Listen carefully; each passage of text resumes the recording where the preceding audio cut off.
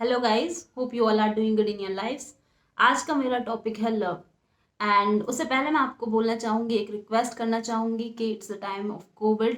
तो आप अगर जिनकी भी हेल्प कर सकते हैं इमोशनली या फिर मेंटली या फिर that can be the money wise also, तो प्लीज़ कीजिए।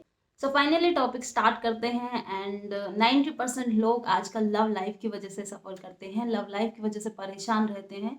And everyone wants love, हर किसी को प्यार चाहिए। And in today's video I will help you by every sense, चाहे वो एस्ट्रोलॉजिकली हो, चाहे वो प्रैक्टिकली हो, चाहे वो इमोशनली हो, चाहे वो कैसे भी हो। बिकॉज आप बिलीव नहीं करेंगे, मेरे पास जो ज़्यादातर क्लाइंट्स आते हैं, 99.9% क्लाइंट आते हैं वो लव लाइफ वाले ही आते हैं।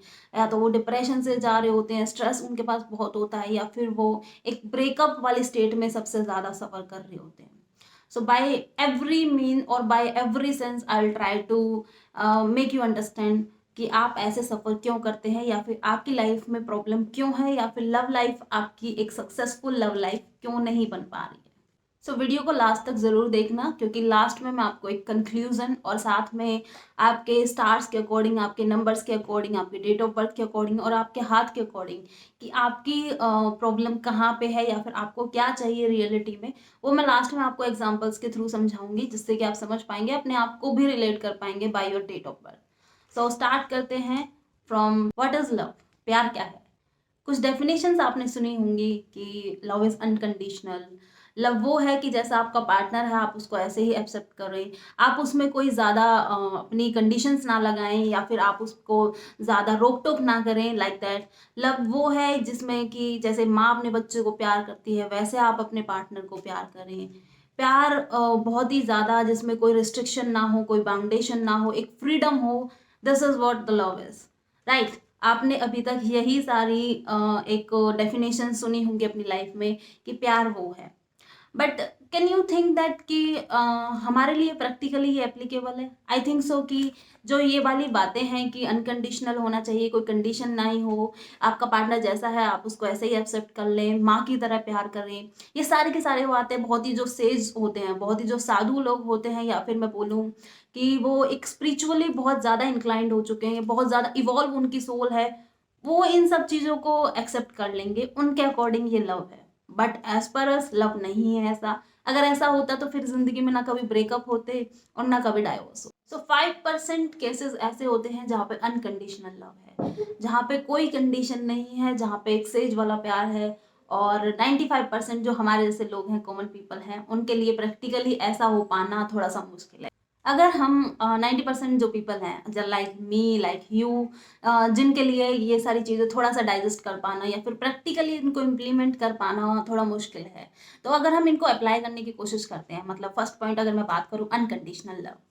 मान के चलिए आपके पार्टनर शराब पीते हैं या फिर बहुत ही ड्रिंक करते हैं, स्मोकिंग ऐसी कोई एडिक्शन है, घर में आके डेली के डेली माहौल ख़राब करना, या फिर आपके पार्टनर आपको से आप काम करके आए हैं, डेली के डेली घर में कुछ ना कुछ कलेश करना या फिर घर की शांति को ख़राब करना, either that can be the addiction, और कुछ भी पार्ट हो सकता है, कोई लड़ाई बेवजह करने लग जाए।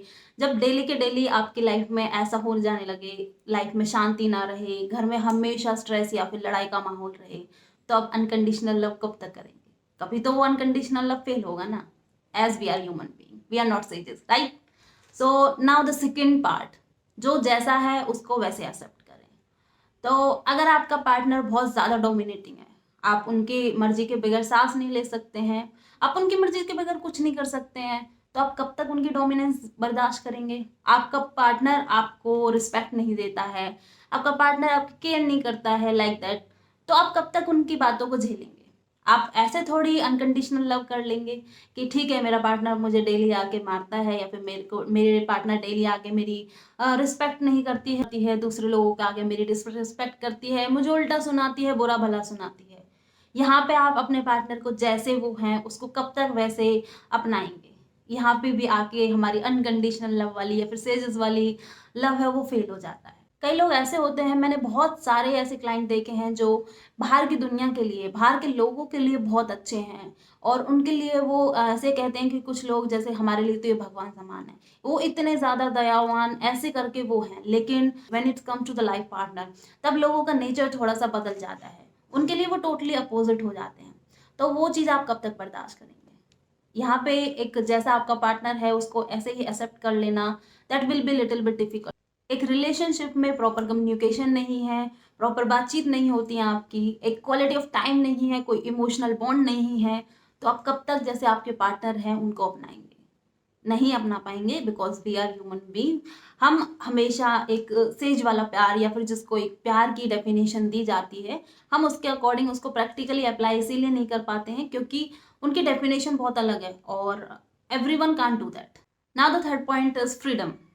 So freedom is very very good part. अगर जिंदगी में दोनों को बराबर, आपको और आपके पार्टनर को बराबर फ्रीडम मिल रही है तो that is very very good. But what if कि आपका पार्टनर बोले नहीं, आपको ये सब नहीं पहनना है, आपको ऐसे नहीं रहना है, आपको ये करना है, वो करना है, आप घर बगैर बताए नहीं जा सकते हैं, आप इतने टाइम तक ही बाहर जा सकते हैं, X Y Z, there is a list of things. इसमें ज़्यादातर सफ़र करती हैं गर्ल्स।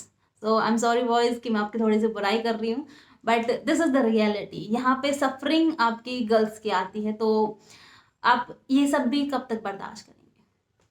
पहले के टाइम में ये सब चीज़ें बर्दाश्त हो जाती थी, पहले एक लड़कियां ये सारी चीज़ें बर्दाश्त कर लेती थी क्योंकि they were financially dependent on their partners. But right now it is not like that. अगर आप फाइनेंशियली इंडिपेंडेंट हैं तो आप दूसरे का जोर क्यों सहेंगे? आप दूसरे की बातें क्यों ज़्यादा टाइम तक मानें?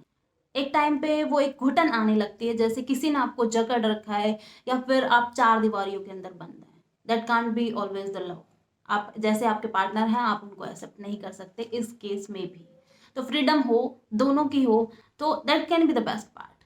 तो अगर इक्वलिटी है तो it will be very very good. यहाँ पे आप एक्सेप्ट कर सकते हैं, बट नहीं है तो आप कैसे एक्सेप्ट करेंगे? Now the fourth and the last point, that is माँ के प्यार के जैसा। तो क्या आपने कभी ये नोटिस किया है कि जब आप बच्चे होते हैं, जब आप कुछ भी नहीं जान रहे होते हैं, तो आपका हमेशा बहुत अच्छे से ख्याल रखा जाता है। जैसे जैसे आप बड़े होते जाते हैं तो आपके ऊपर रिस्पॉन्सिबिलिटी, रिस्ट्रिक्शन या फिर कुछ ना कुछ कंडीशंस आती जाती हैं लाइफ में। तो वहाँ पे वो कंडीशनल अनकंडीशनल दोनों मिक्स हो गए, तो वहाँ पे कंडीशंस आ गई, अनकंडीशनल खत्म हो जाता है। जैसे जैसे एज बढ़ती जाएगी आपके ऊपर रिस्ट्रिक्शन आती जाएंगी।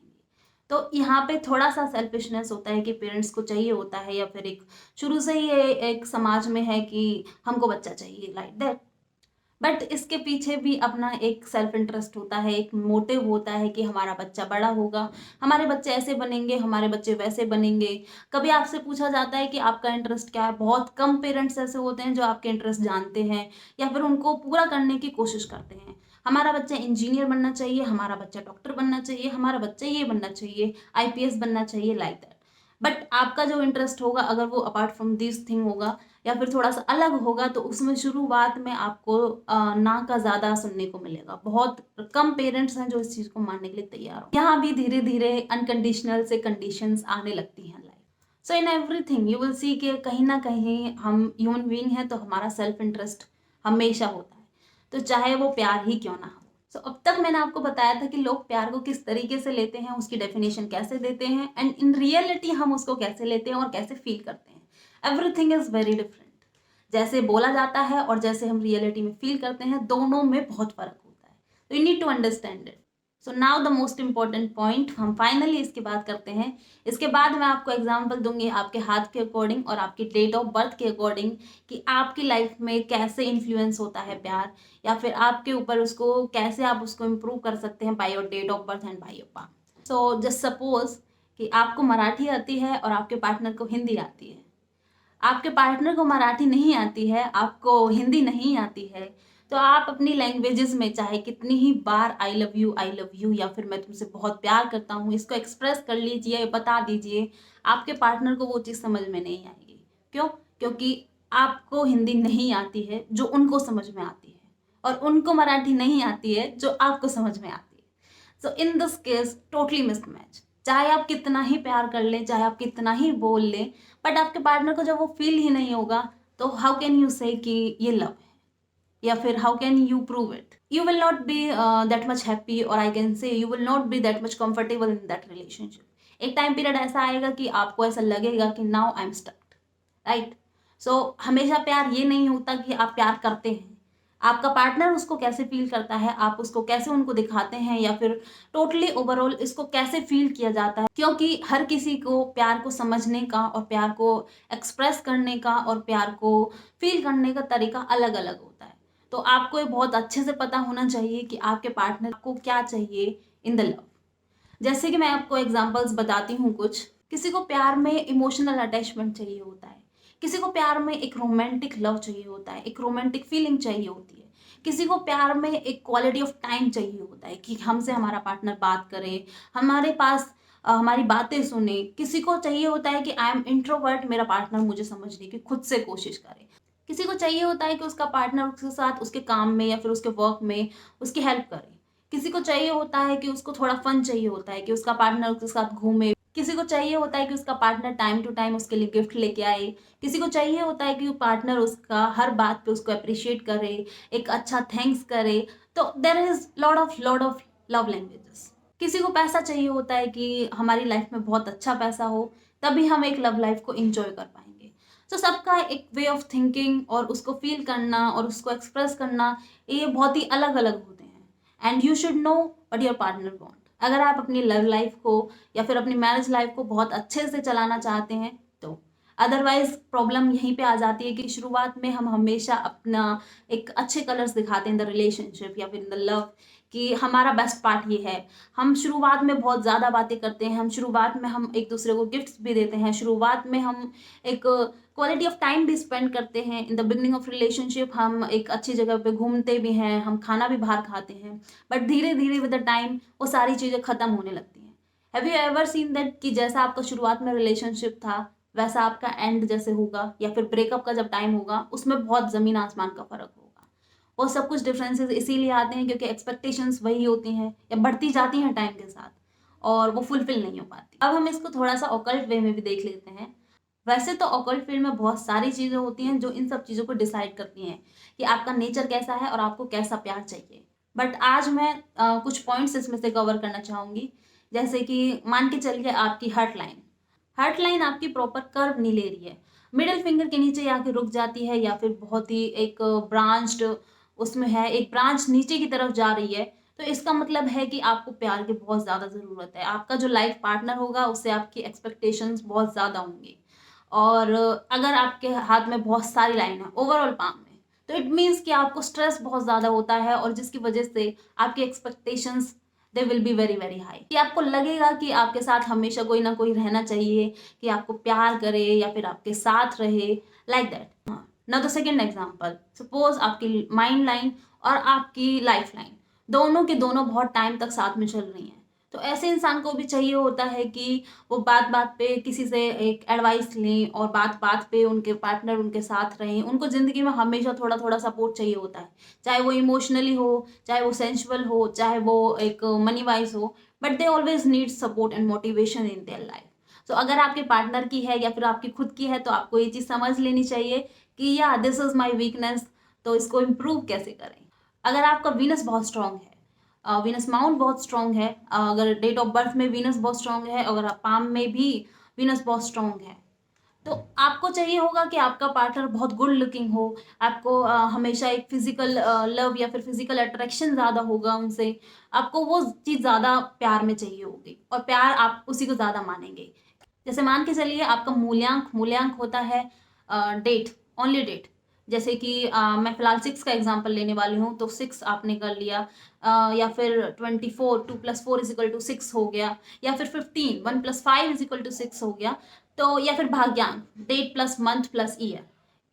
मूलांक और भाग्यांक दोनों में से भी किसी का 6 है तो उसको चाहिए होगा कि हमेशा एक रोमांस उनकी ज़िंदगी में बहुत ही अच्छा रहे, उनकी पार्टनर गुड लुकिंग हो, उनको एक अट्रैक्टिव पर्सनैलिटी से प्यार होता है, ज़्यादातर उनको सुंदर चीज़ें बहुत पसंद आती हैं, और उनको एक फिजिकल रिलेशनशिप लाइफ में उनका बहुत अच्छा रहे, ये उनको बहुत ज़्यादा एक्सपेक्टेशंस होती हैं अपने पार्टनर से। तो यू शुड नो दैट आपका ये है या फिर आपके पार्टनर का ये है, आपको कैसे डील करना है इनके साथ। अगर किसी का मूलांक या भाग्यांक 2 और 7 आता है तो ऐसे इंसान को अपने पार्टनर के साथ बहुत ज़्यादा लगाव होता है, बहुत ज़्यादा अटैचमेंट होता है, बहुत ज़्यादा एक्सपेक्टेशंस उनकी बहुत ज़्यादा होती हैं। कई बार वो अपने आप को, अपनी फीलिंग्स को दर्शा नहीं पाते हैं, अपनी फीलिंग्स को बता नहीं पाते हैं, बट उनकी एक्सपेक्टेशंस बहुत ज़्यादा होती हैं। सो आपको पता होना चाहिए अगर आपके पार्टनर का ऐसा है कि हाँ, आपको उनको समझने की कोशिश करनी चाहिए। अगर फीमेल के केस में ओनली 3 और 9 जिनका मूलांक या भाग्यांक 3 या 9 आ जाता है, only in the case of females, mostly, तो उनका भी होता है कि उनको भी बहुत ज़्यादा एक्सपेक्टेशंस होती हैं, उनको बहुत ज़्यादा प्यार चाहिए होता है लाइफ में। So you should know about your partner कि उनकी क्या डिमांड है। And one more thing, this is for 1, 4 and 8, जिनका भी मूलांक या भाग्यांक 1, 4 या 8 है, तो उनको थोड़ा सा अपने पार्टनर को समझने की कोशिश करनी चाहिए। कई बार मैंने देखा है कि लाइफ में 1, 4 एंड 8 वाले अपने पार्टनर को पूरी तरह से समझ नहीं पाते हैं, तो उनको प्रॉब्लम होती है in the love life. So this was the first part of love, important points for the love.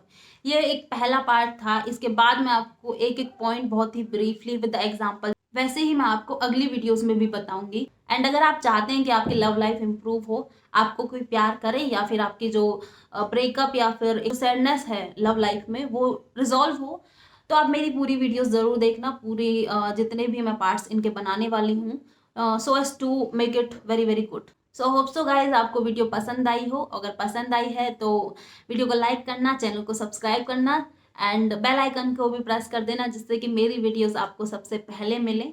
And share करो जिससे कि आपके फ्रेंड्स को या फिर जो भी एक लव लाइफ में स्ट्रगल कर रहे हैं उनको हेल्प मिले।